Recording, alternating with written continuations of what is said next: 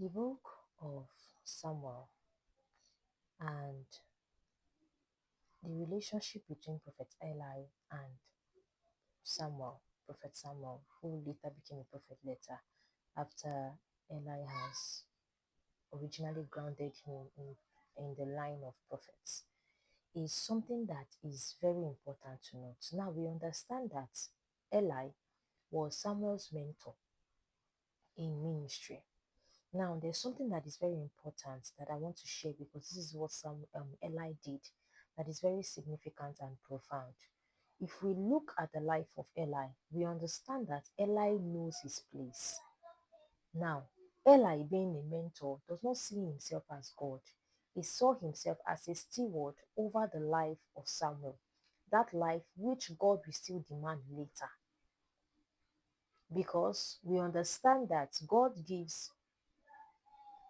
makes guardians or parents stewards over their children, or whether blood or related or adopted, you are a steward, whether you are directly related to the person or not. As far as that child is under your authority, then you are a steward over that child, not a God. Now we understand that Eli did not take the place of a God in the life of Samuel. He took the place of a steward. And how do I know this? We can see this when it was time for God to allow Samuel to separate himself, come into God, and also begin to know God for himself. This is what Eli did. When God called Samuel 3 times, and Samuel thought that it was Eli that was calling him, what Eli did was this. He says, when he calls you again, is that you should say, "Speak, Lord, your servant is listening."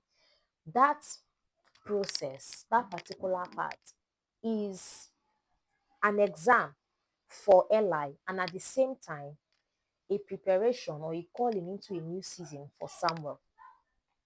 So that point is both an exam for Samuel, for Eli, and a calling, like an admission into the school of the Spirit for Samuel.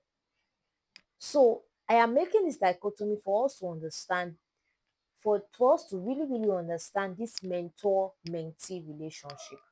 As a mentor, when you have someone under you, you do not take the place of God in their lives. You take the place of a steward, because God will still require that life to draw him to himself.